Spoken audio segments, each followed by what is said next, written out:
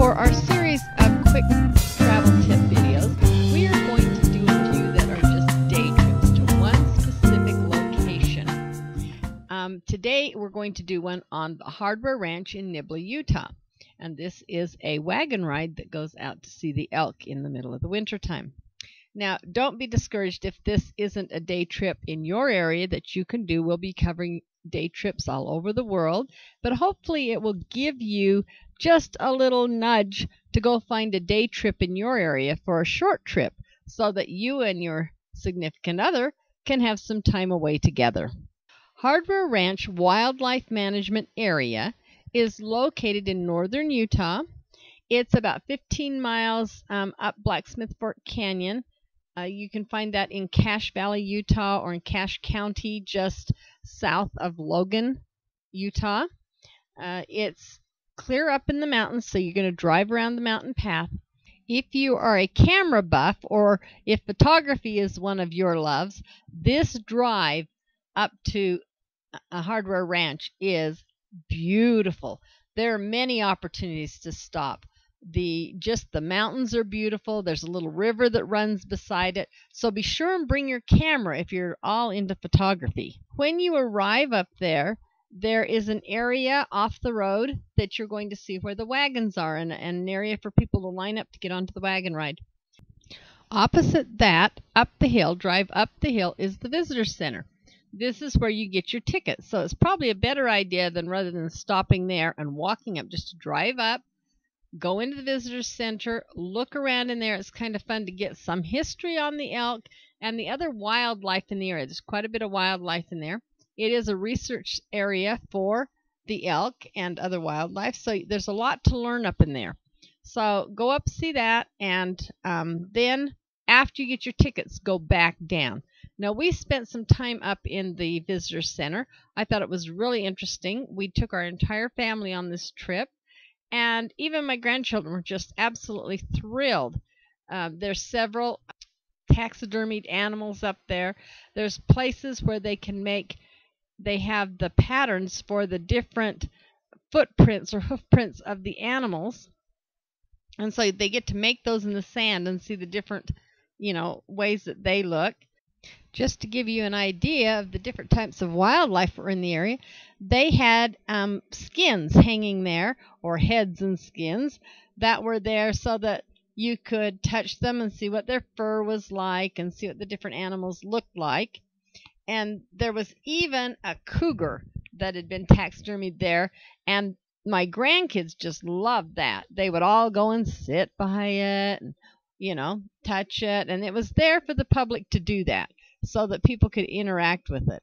They also had an area that had little questions and answers, like little games that you could play to learn things about the wildlife in the area. So once you finish at the visitor center and you have your tickets, then you go back down to where they do the rides, and there is a lineup area. So it's a really good idea to have your tickets so that when you get in line, you actually have tickets and you don't get to the end of the line and then have to turn around and go back and get tickets. It is a winter activity. It's outdoors. It's open from like mid-December, depending on the weather and when the elk come down to eat, up to about February. This area was originally made because the farmers in the area were having a lot of trouble with the elk. They would come down and eat all of the hay and things for their cattle. And so this area was made for feeding the elk and keeping them in one area. And they're so used to eating there now that they don't go down into the farmers area. So it ended that problem. So they all congregate and they come down there to eat, and they are fed there.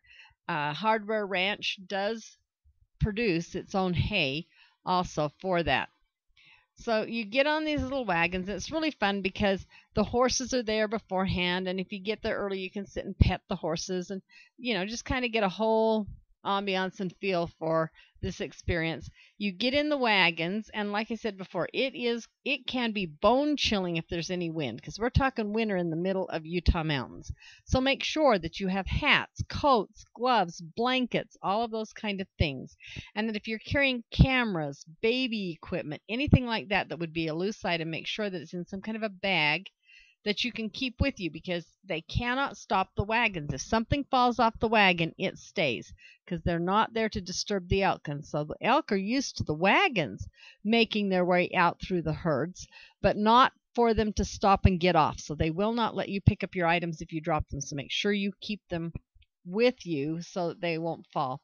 But if you're all bundled up nice and warm, it's a fun ride. It's not a long ride. I think it's probably about 15 minutes, depending on how fast the driver goes, how many questions there are, how many stops he makes.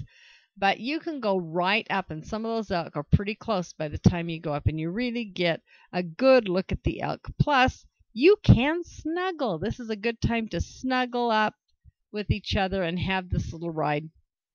And the driver will stop occasionally and tell about the elk.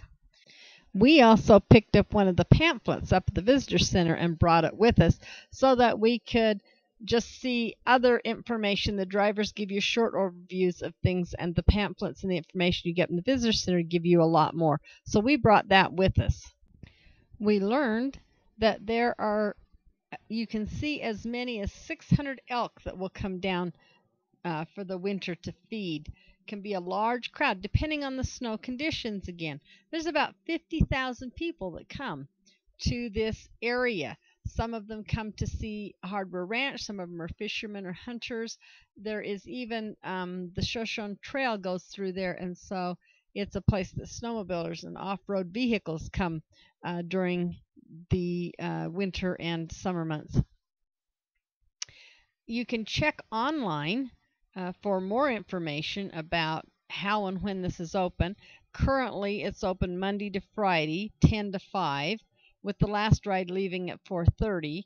Again, only from mid-December, which, by the way, Hiram, which is a city close to it, holds a festival, a elk festival, just right as the day of opening of the Hardware Ranch is, that you could attend. But online you can check at wildlife.utah.gov/Hardware Ranch. That has all that kind of information on it. This is Utah's state mammal. It is the Rocky Mountain elk. So there's so much to learn about them, how big they are. I think some of the males stand like at the shoulders like 5 foot, and they're like 8 feet long.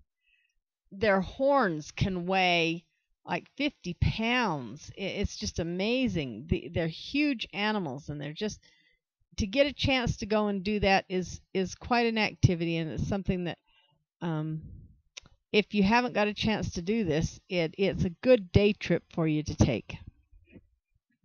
Then as you come back into the loading area, you'll be able to unload, walk back to your car, and have a great day. It's fun to bring like some snacks to have in your car because you're up in the mountains away. Make a day of it.